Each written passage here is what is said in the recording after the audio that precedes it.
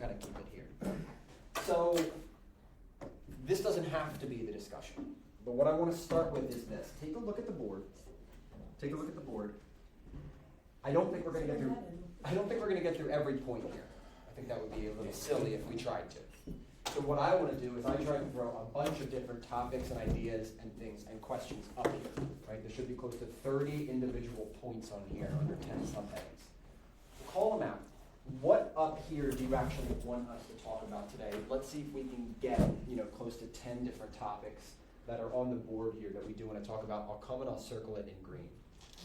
So the same thing I have written here is the same thing you have in front of you, right? So however you want to read it. I just wanted to have one board that we kind of worked off with a little bit. So what in here do we want to try and focus on today? Recruiting and retention. Recruiting and retention. Okay. Anyone in particular, or just the whole thing? I didn't read down. No problem. Right, so we'll put Number that 10. Number 10 down here, growth and long-term vision. Okay. Number 8. Number 8 over here, time management and delegation. What else? Number 1. I'm sorry. Okay. Yep. Sorry. Yep. No, that's a good one. 5. Sorry, no, yes, Okay. 3, 4, 6, 7, 9. I was just Okay, all waiting. right. I was waiting for it. So when we get into these, and obviously we'll make our way through kind of in number order, but we'll kind of talk, we may spend 10 minutes on this and we may spend 2 minutes on both of these, so I get that we'll move through a little bit. And obviously we'll go with some of these.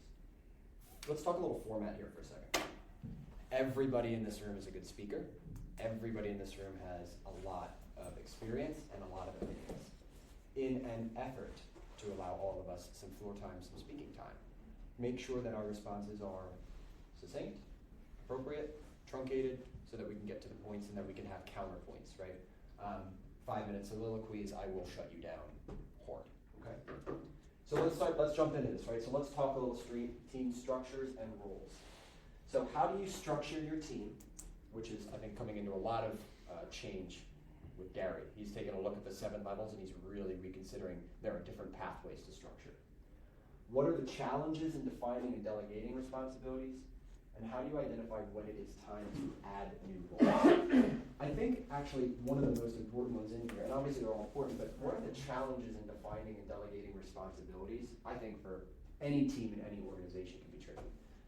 Talk to me. Where has this shown up in the past year for you? Was there a specific challenge that happened? How did you overcome it in your team? For me, it was taking me out of the position where I'm dealing directly with the agents.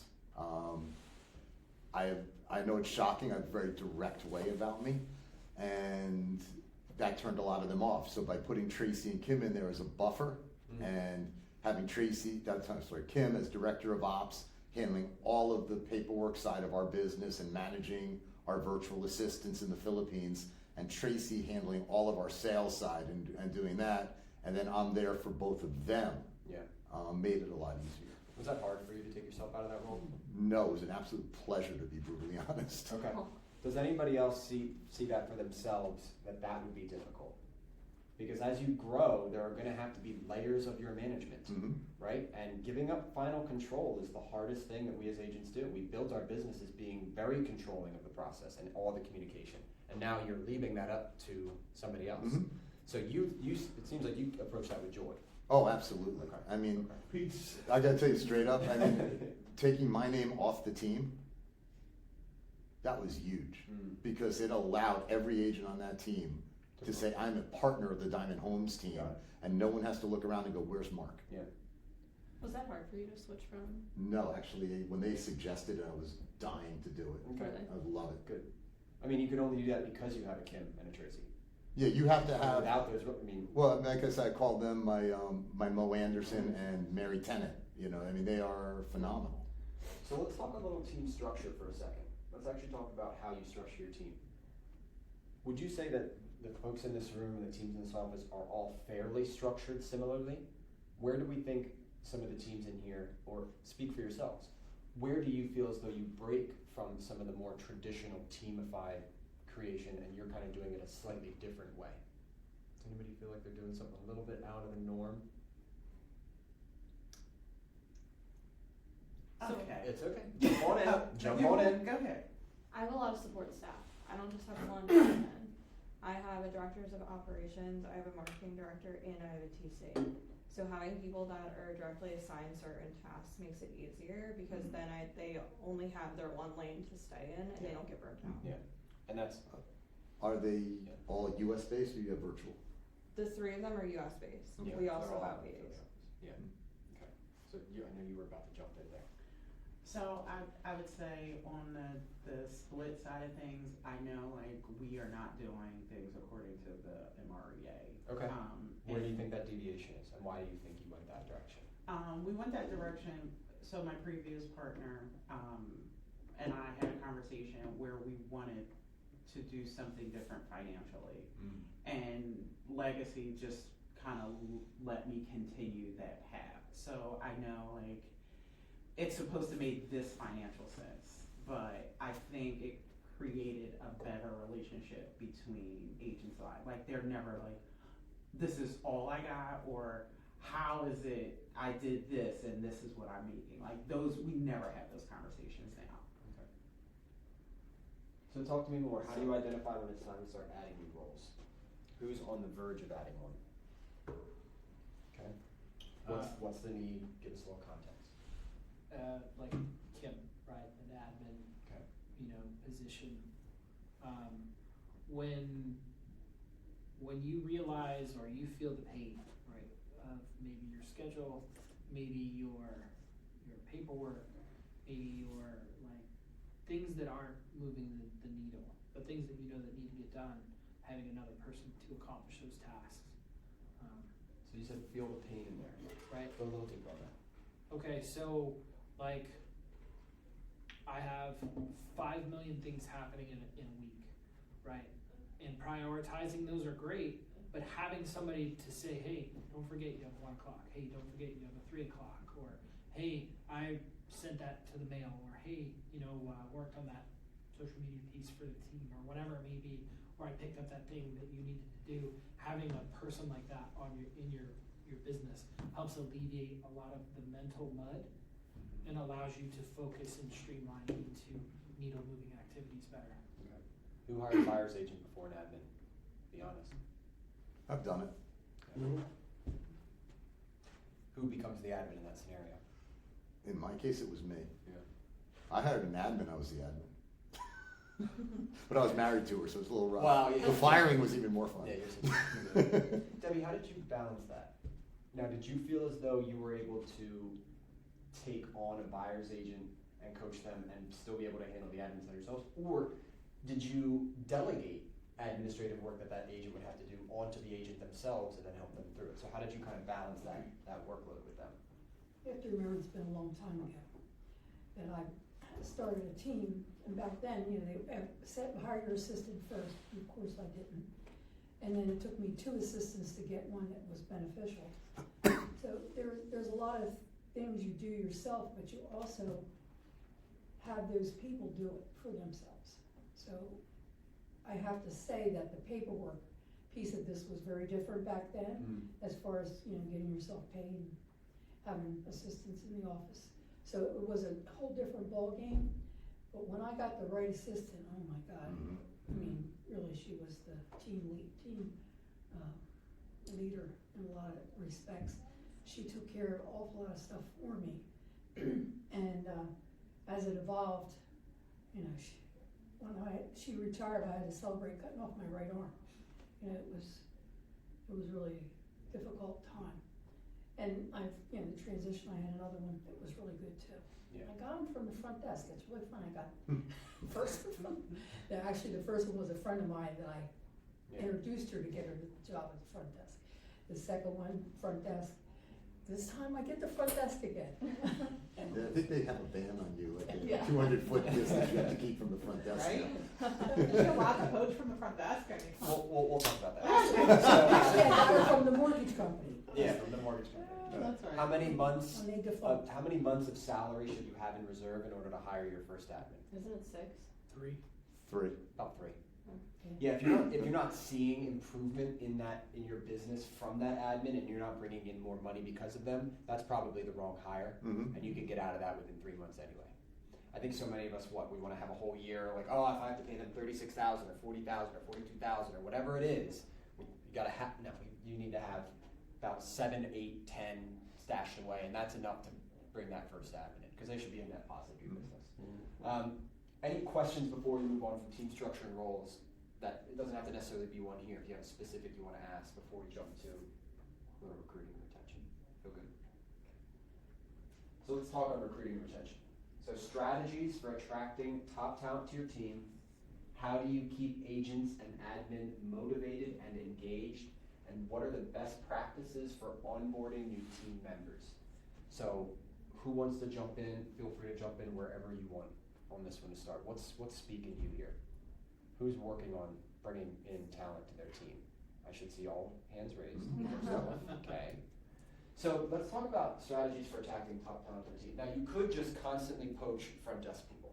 That's one strategy. You can not and should not actively recruit inside of any Keller Williams market. They were quitting, just so you Fair, know. that's For the record. but we all know They that, were right? quitting. We all know we are not supposed to. In the bylaws of Keller Williams, you should not be actively In fact, they recruiting had quit. inside of your market center or inside of any Keller Williams. Nod yes, Yeah, I we mean, all agree. Yeah. Okay. Yeah. If someone approaches us, we come to you That's the first. That's the caveat.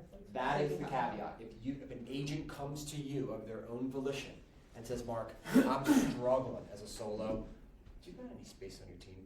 Hey, you know what? Great question. Why don't we go talk to Connor? Mm-hmm. Let's go just make sure, where this is and do this. And then, yes, if it all works out, we can do that. 100% okay with that. Yeah. Right? That's okay. Right? If agents are struggling and they want to be on a team with one of you, that's okay. It has to come from them. Right? Mm-hmm. That's why we can't be promoting your hey, come join our team on the bulletin boards here. Can't do that. Right? That's internal recruiting. Mm-hmm. But let's talk about bringing in talent, Jim. So go ahead. So this is something. So I was part of the same mastermind up in the Philly office, and what I'm about to say was brought up there in a very heated topic, and I think we need to really figure it out too. Here is how do we make it fair for the new agent that is coming in that PC is not just the option that I'm team so is, glad you asked this. because we need to really figure out how we all get our voice. So what I'm looking for is probably different from what you're looking for and what you're looking for. I'm speaking with all of you, and that's true. I actually don't really recruit. The talent comes to me. I'm actually recruited on a higher level. I'm recruiting cross country for the expansion director that I'm in my role that I'm in. Actually just brought on a Pittsburgh team this week. So it's a little different for me. So cause I'm like the, I don't want to say the redheaded stepchild team model, but I am. It's different than everybody else.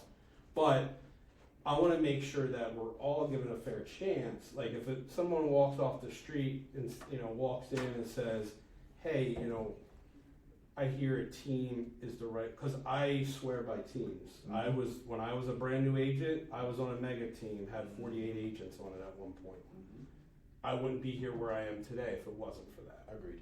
I think what we do, I feel like there's a lot of, I see too much turnover in that newer agent, whereas maybe if they were given an option to find the right fit, whether it's PC, whether it's Lori, whether it's Chris or Debbie, whoever it may be, I would rather see somebody find the right fit than 6 months later they're out the door. So let's real quick. So how do we we're figure gonna have a all lot that of out? conversation that's about to come off of what I'm about to say here. So I Yeah. want to let you know what's actually in the works right now, and you can let us know your thoughts. Yep. I'm going to be asking for each and every team in the market center. I need a one-pager. What your team's about. You don't have to put your splits on there, things like that. But what your value is, what you offer the agent, what the expectations are. Are you okay with dual career agents? Are you only looking for full times, right? So Yeah. first, that's going to be there. When we meet with a new agent, Pierce or I, we want to be able to slide them across a packet, which has every single team in the office, a page about it. And our question is going to be, we have the productivity coaching program, and we have all of these teams. I'd like you to circle your favorite, the 3 that stand out the most to you, and I'm going to make introductions to the team leader for every single one of those teams as you go through onboarding, so that you can build that relationship, learn, and hey, if they decide they want PC at that point, great. But if they wanna be with Chris, if they wanna be with Debbie, they wanna be with Tim, you can do that. So that's what's in play. Now I'd love to hear Alright, what I you have a think question. about that. Shouldn't the PC coaches be working with us? So in other words, why not have it, especially if you're doing a new hire, have them working with PC Yeah.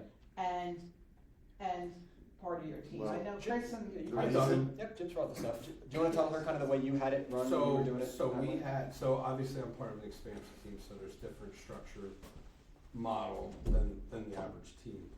But I actually have it worked out with my franchise that, let's say, so Ashlyn on our team came in, Dave's daughter-in-law, usually brand new agent.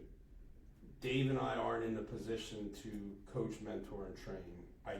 That's not me. Right. I can mentor part, but the coaching and training, I did it when I was an expansion director for the Mercer team, and it was just, it took a lot of my time out, and I just don't have it. So I partnered with PC at Wilmington, and they paid Market Center the first 4 deals like normal, and they didn't owe us anything.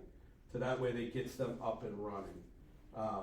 And it worked out really well. They were trained excellent, like I trust. Now obviously with Ashlyn, we're gonna get her up and rolling, and she'll be, rocking and rolling, but she knows what to do now. Mhm. Like there's opportunities to partner up with PC. It doesn't have to be like Right. at all. Because once they're done with PC, they're still Yeah. probably gonna need something. And Yeah. in Tess, there's been a conversation with Tess too, that people aren't just being funneled to PC, then jumping right onto her team. Like Correct. if she has the idea that she wants them on their team, she has to have that idea before they even sign on. Yeah. And that's right. any And- PC. And we've It's taken not a look just- at that in the back end. Yeah. She's actually been very good about Yeah. keeping. Yeah. So, but Yeah. what I'll say here is, right, I bring on a new agent. They sign the affiliation agreement. They have 2 boxes that can get checked. They're NPC or they're on a team. We don't allow new solos. And it's because they have to have somebody training them. Now, the expectation with Empower was built out of Rarity, right? Jim Roach's team, built Yeah. out of TCL's, built out of McCann, where they're like, we don't really want your PC coaches Yeah. coaching our agents because we want to coach them the way we Yeah. want to coach them. So we said we can't make this half statement. So it's like, okay, if you're joining a team, then the team is responsible for your training. Yep. And if you're joining PC, then the PC coach is responsible, but also profits from all of that. Yep. I think relationships and some way of working it out can be done. But There's some- yeah. if they're going to spend that time, it takes a lot of time. Mhm. So if PC is going to do that, they're going to want the kit and caboodle. They're going to want their 20 to 25% or whatever it is Yep. off of those transactions that they do for that agent, right? So I think what the Market Center realized was that we need to, like that fast track email I sent you, there is a floor of what we do need to offer every new agent, regardless of if they join whatever team and PC, for some of that base level floor knowledge. So that there's that combination. So actually the brokerage wants to step up on onboarding to give them a lot more resources regardless of where they end up to kind of That makes further. sense. But Yeah, think about this as a team, right? If you're somebody who's not, you're like, I only want experienced agents, I don't want to coach agents, then be clear about that. Because if you bring on a new, those first 3 to 6 months, it's a lot of work. Yep. I mean, Chris, I know you have that model where you're like, look, you join my team, you're a showing assistant first. Now you could bring in other business, and you could do that, Yeah. but I'm going to help you. But you have to graduate. So can you talk to me about maybe your theory on that? Of like, Sure. you really take the training as a part of like your team formation and their graduation through you. Well, so I took a lot from Allison Simon when she was here, right? And the realization that agents do want to get training, they do want to be qualified, but that they're not ready for being a buyer's agent. There's nothing wrong with being a seller's or being a showing assistant and paying them as such, right? It drives them to want to get to that buyer's area faster because they realize, hey, I'm only making this much by doing this while I'm training. B, they get paid to learn, right? They're getting paid to be educated on the process, the MLS and things like that. So that's kind of how I looked at it. But when I was looking at the MREA, they said hire showing agents. Mm-hmm. Hire a showing assistant first. Okay, that's where I got the idea. Yeah. So you don't have to tell me specifics, but do you pay them hourly or a percentage of your commission? I pay them on the percentage of the commission. Okay, so they're Mhm. more hungry. By paying them hourly by the house, you're disincentivizing the correct Yeah. Yep. actions, Yeah. right? Never forget that. Yeah, they get paid off of each transaction. So let's kind of. But do you give Where'd them, you go into? so I know with Allison's model, I remember when she was talking about it, she gives them like, let's say $25 for gas and everything per showing, Yeah. but then also incentivizes them with 10% of the deal or whatever it is. So Because then at least they're paying their bills because they don't get paid Yeah. until closing, But they get a if bigger they check at close, the end. but they get a bigger check at the Yeah. end. yeah, And it incentivizes them to sell the house. Yeah, not just open Yeah. door. yeah. I don't pay gas. I mean, That's okay. Different Yeah. person. Your thing. Yeah. It's whatever you want. So, let's talk a little bit more on the second and third one here. So, Chris, I'm gonna come back to you a little bit, because I think as I've sat with a lot of the teams, your onboarding is probably the most structured. Why do you do it that way? So I looked back at like kind of how I was doing business and things like that, and I felt like I didn't know what I was doing. So I sat down and created a system, and that system is I bring you in, we talk about it, right? And these are the things, these are my expectations, and we're gonna start on step 1, and you're gonna graduate to step 200, wherever that may be. Yeah. And I find it like very militant, you know. I looked back and said, who does it the best? Who takes the in the grand scheme of let's call high school, right? The bottom 15%, 15 to 20% are who goes into the military, right? You figure, because the top 20% is going to college. That middle point is probably going to a technical college or maybe, you know, something in that degree. So you're dealing with a low 15 to 20%. My thought was, if they can train them to be masters at mechanics, then I can use a formula similar to train them to be masters of Now, this. if I'm someone sitting here and saying, that's all great, that seems like a Herculean effort to put together that entire onboarding. I was just gonna ask you how long it took. Right, so that's the thing. Now, is that something you're just naturally good at? Was that something you found a resource that helped you? Like, how did you form the actual tangible binder that you then I know gave what to you're the gonna say. agent? Right, because that's a secret sauce right now for agent. What am I gonna say? AI. No, Really? I did it myself. Okay, Yeah, so you just took the time for it. so I did use some AI to write it, right? To formulate it. But when I sat down to do it, I said, these are the exact things I want to do. These are the tasks that I want to accomplish. How can I do this? And sure, I use the little fluff words in there, and then I go in and I change almost all of it. But it gives me a good place where my mind is to think, and that's how I go through and develop it. There is a little bit of you just sitting down on a Saturday for 3 hours and just writing. You have described it. I'll be honest Or with a you. Tuesday. You want to do it Tuesday. Yeah. I'll be honest with you guys. It probably took me Well, all of December, or well, really all of October and November to really write that program. So it was like a 60-day, couple times a week, get back into it. Well, doesn't the playbooks have some great models in there to base off of? But you know, But then making it area specific too is a challenge.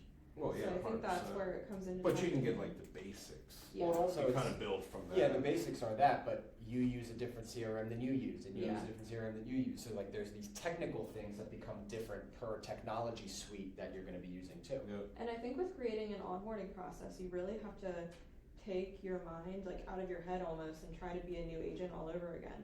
Because for us, sometimes it's like, obviously you would just take it from here. Or obviously you would just negotiate this way. But with a brand new agent, they're like, I don't even know how to log into the CRM. Yeah, it's so easy for us to skip steps on assumptions that you Yeah. already know how to do it, where it's like, no. Use your mouse with your right hand and actually Yeah. open Chrome and then go to Allison command. Simon really nailed this. She said, when I send an agent out, I want them to speak in my voice. Yeah. I want them to ask the same questions as if though I was going to ask them. And that's really what phrased my entire training program, is the understanding that I'm good at what I do. So if I'm good at it, I want them to have that same conversation and think the same things. Yeah.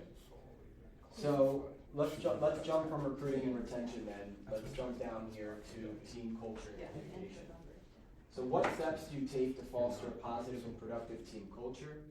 How do you maintain open and effective communication with your team? And what's your approach to resolving internal conflicts? I think Just let them fight. let's just take Yeah. this, Get yeah, out the serious, boxing like just gloves. throw them in the middle, the rock'em sock'em robot. Did you not know we don't turn the lights off after everybody leaves? We invite everybody over and create a UFC ring. Yeah, that's right. It's crazy in here sometimes. Alright, so let's bring it back to, what steps do you take to foster a positive and productive team culture? Who wants to jump in on that one? What steps do you take to foster a positive and productive? I think it all goes back into who you hire. It's true. Knowing who you hire before having them on the Or team. who you fire. Yeah, quick to fire. I just Have got you guys- rid of, have you somebody guys said read- I was crazy for getting rid of an agent I just got rid of. Yeah, And they're not a good culture fit. it just feels so like there's, like a weight was lifted off my shoulder. Have Sure, y'all I lost read, $5 million in production. Have you all but- read or heard of The Culture Code? There's a book written. A bunch of Yeah, MIT researchers came together. They were doing these different projects, they created all these groups, and then they had paid actors who went in who were technically knowledgeable about what was going on, but they intentionally also were a bad culture fit. On average, those teams' production at the end of their sprints were about 25% less productive as a whole because of one bad actor on a small team. I think. That is, Well, I was gonna say, I think that's a challenge that most real estate, and I'm not trying to, speak for everybody in this room, but what I see is most real estate agents, the hiring process is really a challenge Yeah. because, I come from 20 years of training to hire. Yeah. I can't even tell you how many Walgreens. people I hired at Walgreens. And I mean, I use questions that I used in Walgreens to this day, hiring agents. what's an example of one? A situational. I do a lot of situational stuff. Like, if a client was having, a bad transaction and everything was falling through the other agent, like, what would you do? And kind of like put them. It's not about, you're joining my team and Based on their answer, but how they answer will show yeah, you a lot like about it'll the way be that help, they process. help, find out what they need to work on too. Yeah.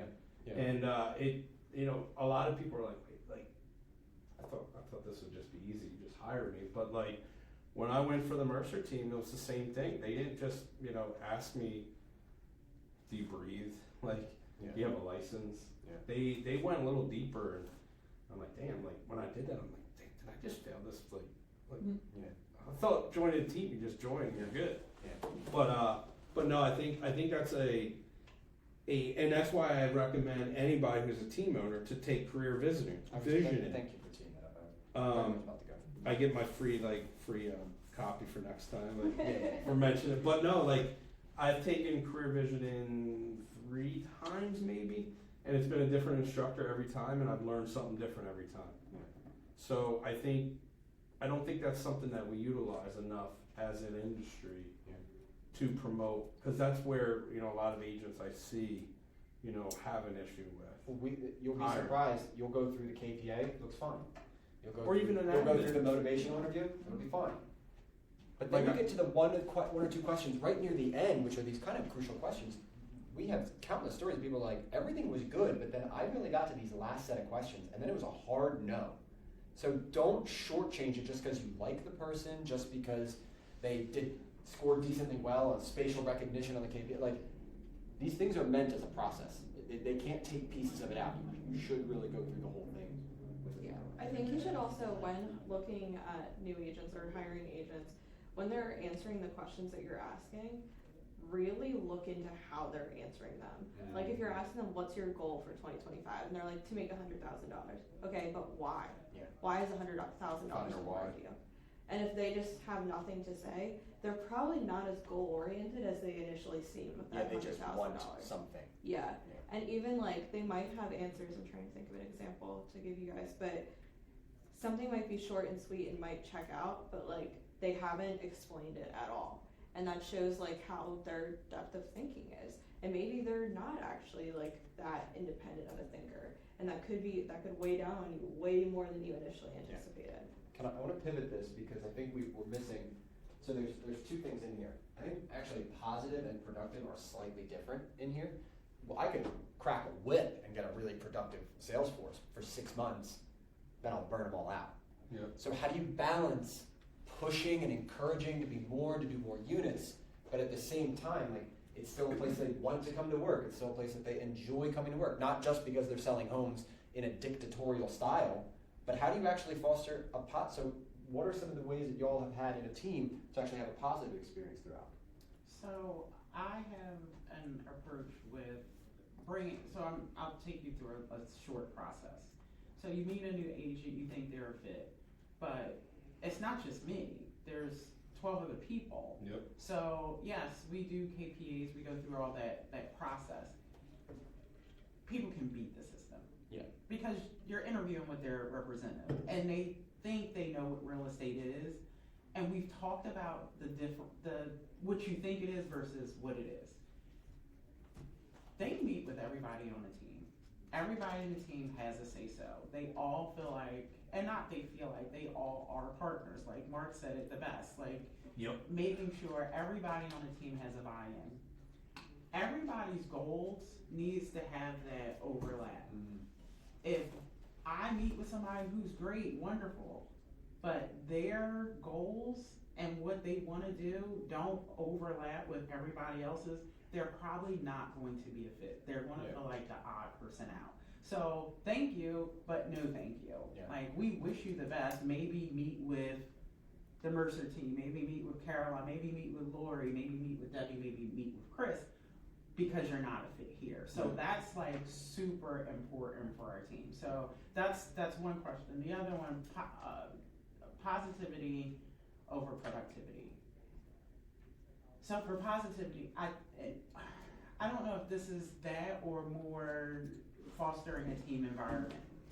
Take it the direction you want, because I do think that there's an open interpretation of this. Okay, so for us, I think that is something that we struggled with last year. So I have met with everybody on our team, and I kept finding myself saying the same thing.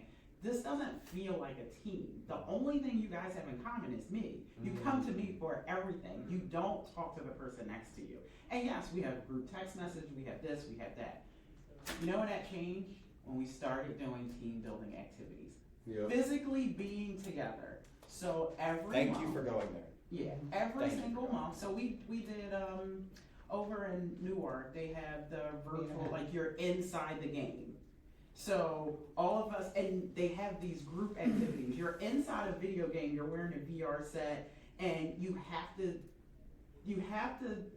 defuse this bomb before it blows up the world. But one person has to be in one area shouting out numbers so somebody else can change. Right. And we all have to do it together, so everybody plays a part. And that's also telling too. So if you wanted to use that in bringing somebody in, if you see them kind of Just hanging out in the corner, not really participating, not really engaging. yes, so that, and then we also do team dinners. Yep. So in our team dinners, and this is gonna go to internal conflicts, this is the new thing that opened my eyes and I feel like brought us closer together. I said in front of everybody, I said to one, I prepped her before, I didn't tell her what to say, I said, I need you to tell me what you're having difficulty with in regards to me. I want to do this in front of the whole team because I want us to feel like we can have those difficult conversations in a team. So I just said, hey, we're going to pivot. I want to be better as a team leader. I want to make sure that you're getting everything that you need, and I want you to feel comfortable having these conversations in the group. Yeah. And I asked her, and I said, I want you to be brutally honest. And she let it all out. And the team was like, oh my God, I can't believe she said that. Yeah. But we had an open dialogue, Yeah. and it was extremely helpful. So let's She brought up, real quick though, Yeah, no, you brought up two great points that I really love. The first one is something that I really do is, it's not a team, it's a partnership. Like, to me, like, when you say you're hiring a team member, it's like it's a corporate job. Yeah. We're not a corporate job, well, some higher level, but I want that, like, that partnership, like, we're all here together. And then with the team dinners and stuff, I do it as well, but I also allow their spouses to come. And it's really, since we started doing that, it feels like the family, the spouses are on board, they see what's going on, because in the end, you need your spouse to support your business. or otherwise that relationship could fail or whatnot. So ever since we started bringing on, I let, everybody bring their spouse, like they all think it's not every, lunch or anything we do, but like for Christmas, we did a huge, thing that we did at my favorite restaurant, and we just had a blast. So I feel like you're kind of cheating now. what's that? Because of the 2 people that are in your office right now, the only other spouse that's in your office is part of your team. Yeah, well, she's technically not. She's just. But even when I had 6 people on my team, I still brought all the I'm spouses. just Yeah. I'm sorry. I apologize if I have my phone here. I have a buyer actively doing a walkthrough heading to a settlement here, so I'm just told I'd be a little bit on standby for it. One thing I'll just say, because I've been on for 10 years, I've been on a team for 8.5 of those years. 3 different teams. The last team I was on probably did the best version of keeping a positive environment. But it was, we did, whether it was, every other month we would do a happy hour.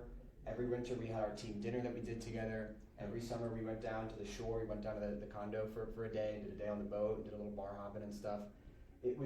We always had a once a month team meeting on Zoom where everybody was expected to be on, to have the mortgage guy come on and talk about stuff.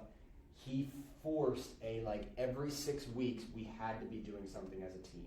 I think you would have loved it to have been once a month, but Rainmaker was actively in production, so we had to balance the schedules. I will encourage, when I joined, the shortest person that was on his team was 6 years with him. Most of them were 10, 9, 8, right? That's what we dream for. We dream for these team members who want to stay. And a lot of them said, this is my second family. I have fun, I share with them. The relationships between agents are probably even stronger than each individual agent with the Rainmaker. That was where I saw that he really did create this community of agents who wanted to help each other, right? Yep.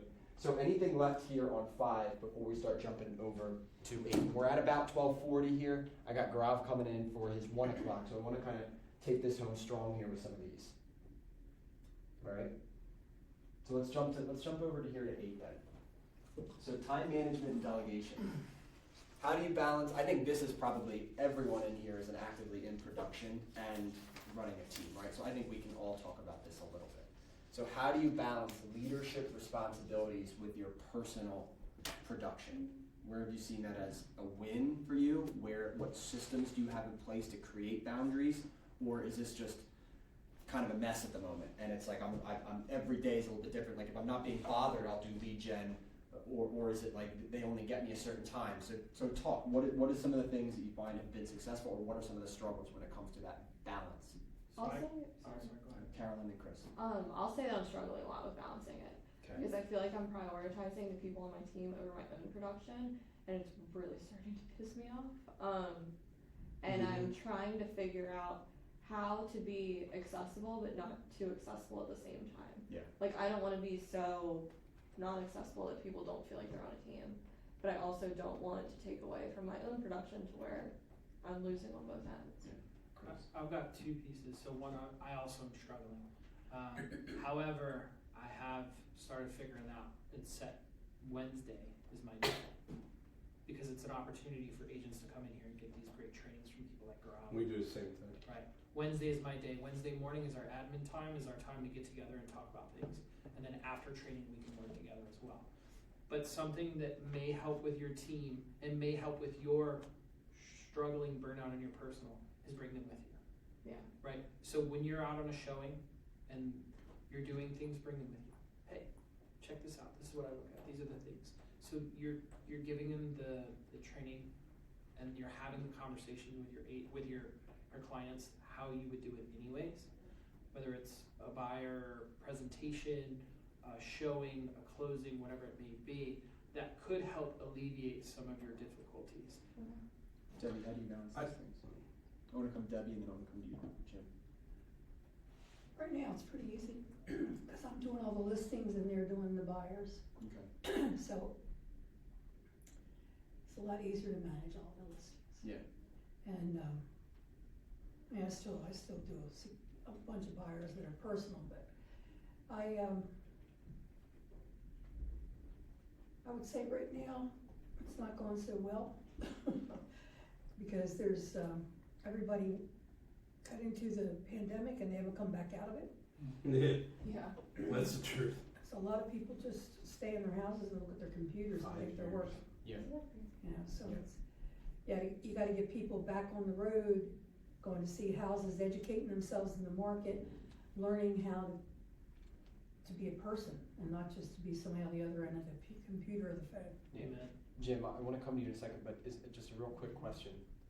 Does anybody have structured every single week, every single 2 weeks, every single month, like this is our time to sit down together so that Yep. you can talk to me about stuff? So how did that come about? How does that look? And then Jim, you can kind of go into what you want to say. So we kind of took the team meeting aspect, and let's be real, I realized we were having a team meeting just to have a meeting, and I was like, this is stupid. Like, Yeah. this is dumb. I hate it when I was on the Mercer team and they were just having I'm like, this could have been a fucking email. Like, Yeah. come on now. Yeah. So what we do is we call it check-in, team check-in. It's not a meeting, it's a check-in. Now let's say we have a new process in place. Now that's when we'll go over it or whatnot. I mean, it's a little different because we see each other enough that we don't have to separate that. But the team check-in is for all of us to really work together, and if we're having any positive experiences to share with the team, if there's something we need help working with, because there's still stuff that I ask Dave and like, hey, what would you do here? Yeah. Or Ann or whatever it may be. So there's definitely, we kind of do the check-in, not so much the meeting, Okay. and we do it bi-weekly. Yeah. And then I mean, on Wednesdays we're here, for the most part. It's funny, cause we just had this conversation yesterday, and we set aside Mondays and Thursdays at 9 AM for a telephone call, whether it's 5 minutes or a half hour or whatever, we set aside a half hour just in case, but. Yeah. I'm gonna really encourage everyone to put that in. I mean, that is, first team I was on, I called it my porridge too hot situation. It was just kind of too much structure at 24 with no corporate experience, but so it kind of burned me out a little bit. But I will say, at this stage of life, I would have really appreciated it. We had every single Tuesday at 9:30 was Missy, at 10 was Julie, at 10:30 was me.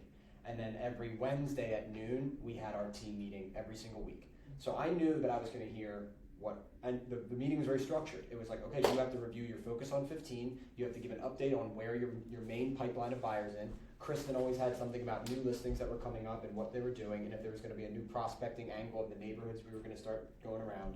But then I knew, like, every Tuesday at 10:30, I had a half hour with Kristen, one-on-one, just to talk to me about what I have going on, questions I would have answered. The calls throughout the week to Kristen became significantly less because I knew I had that time weekly and it was just there.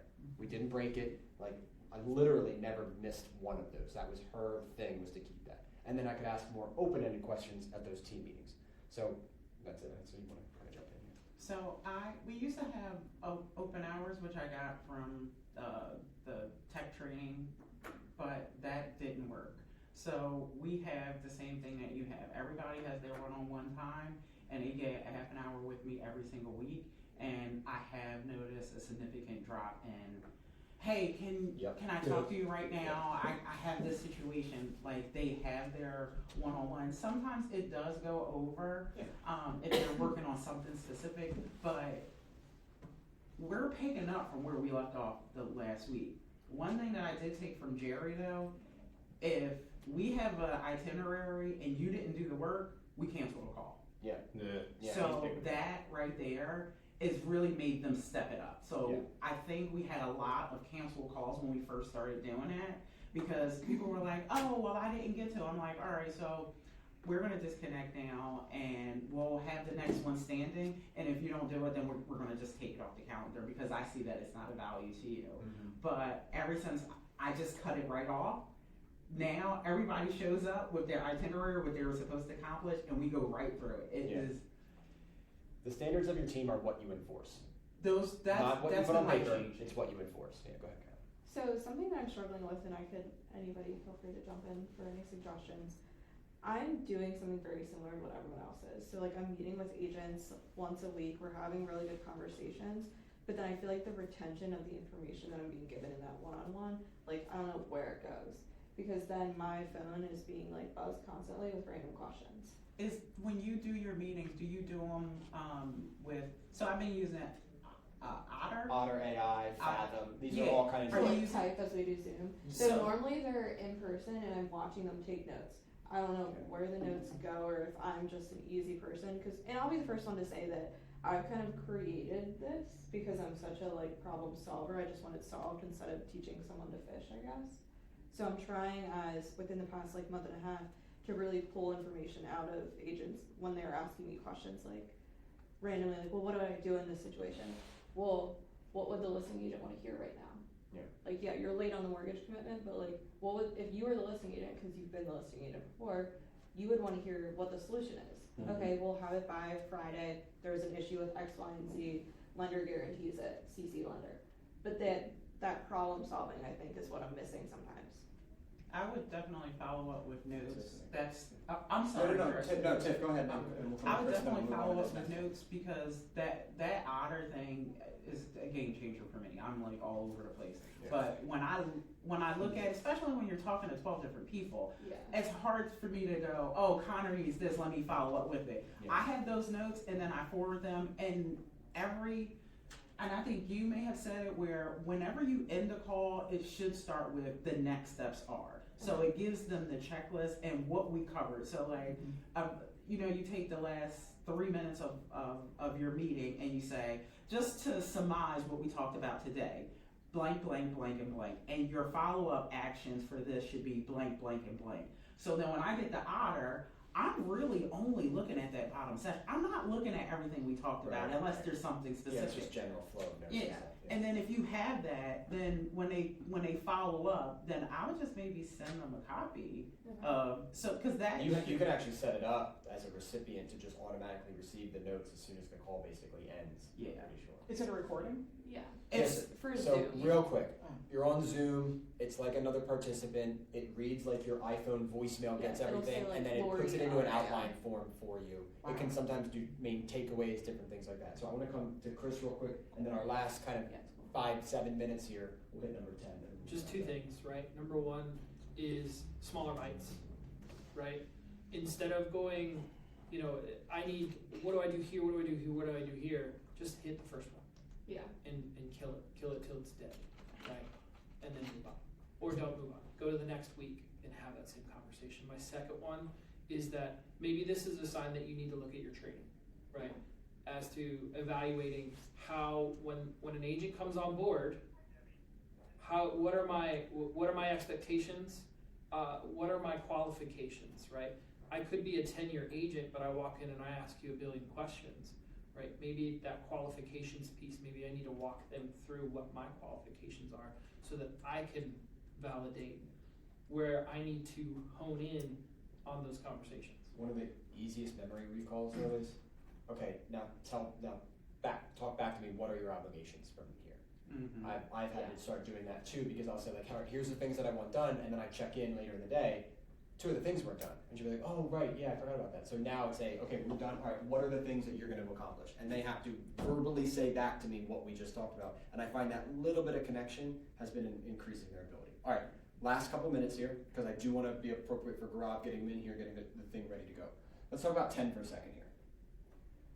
Growth and long-term vision. What's your strategy for scaling your team? I love the word sustainably in here. How do you adapt to market changes or shifts in your business? And then what are your goals for your team in the next 1 to 3 years, and how do you plan to achieve them?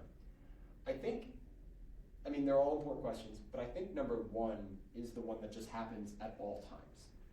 Just at all times, right? The goal of business is to earn profit and to grow our profit. At the end of the day, that's why any business anywhere on the planet exists. What's your strategy for scaling your team sustainably? Talk to me about that, especially with that sustainability factored in. I put a lot of pressure on myself to hit certain numbers. So implementing the SMART and stretch goal has been I can find the right word for it, but it's made it a lot easier because I'm like, I have my SMART goal, which is something that I know I can obtain in the next year. But then I also have my, if it's doing really well, I'll take it a step further. For example, if I want to grow to 10 agents, my stretch goal will be 12. So it's not totally impossible, but it'll be a nice pat on the back if I do it. But also making sure that I'm not hiring people that aren't a good fit. Like, I know every team has a different model, and like some people just like new agents so that they're gonna do a couple transitions, move on, and then we'll have another new agent come in and fill that seat. I don't do that. Like, I really want people that are here to stay, or at least be here for a few years and then maybe fly if they want to. But like with CCL, they're seeing that most people on average don't leave. Yeah, there are team models that are churn and burn models. Yeah. They're like, we want you to basically just be only a buyer's agent. You Yeah. will never take listings. You'll never do anything else. I don't need you to learn the admin side of things. I literally just want an employee. And you're right, 24 to 36 months out of those agents, you'll get some decent units, but then they'll probably leave to do their own thing, join a different team. But for you, it's like, I'm not putting a ton of resources into them, and like whether they sink or swim, great, but I'm not doing a ton with them.